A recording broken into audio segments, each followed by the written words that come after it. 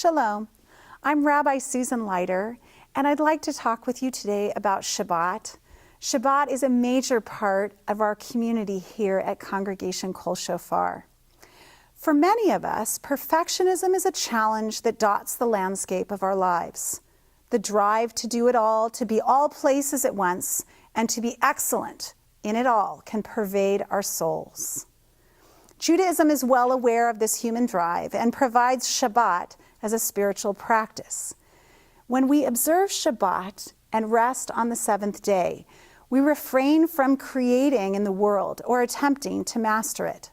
We imitate God who rested on the seventh day after the creation of the world.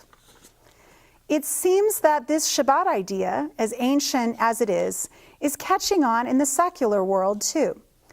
A few years ago, I read an intriguing article called The Secular Sabbath by Mark Bittman. It's a fascinating description of this journalist's attempt to observe Shabbat. I smiled as I recognized myself in his words. I recalled my early attempts to observe the Jewish Shabbat as an adult in my 20s. I loved the parts of observing Shabbat that I could master, specific rituals, the order of what to do when, and I loved being with people during Shabbat meals and participating in lively discussions around the Shabbat table. But for me, the most difficult part of Shabbat was the long stretch of time on a Saturday afternoon.